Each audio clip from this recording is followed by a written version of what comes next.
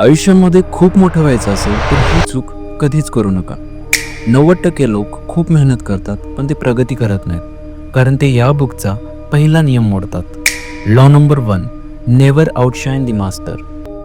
तुम्ही कितीही टॅलेंटेड किंवा मेहनती असाल तरी एक गोष्ट पक्की समजून घ्या, तुमच्या बॉस आणि सिनियरच्या पुढे तुम्ही कधीच ओव्हर स्मार्ट दिसू नका.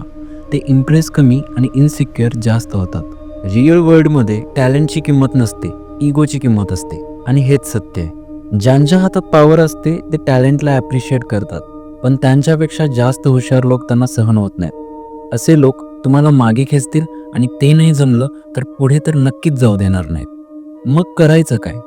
लोकांना वाटू द्या तेच मोठे आहेत आणि तुम्ही त्यांचा आदर करता. तुमचं टॅलेंट लपवू नका, पण ते योग्य वेळी योग्य ठिकाणी दाखवा. शांततेत वाढा आणि शांततेत जिंका. विसरू नका, जगात तेच लोक जिंकतात जे शांतीत क्रांती करतात. हा होता पहिला नियम.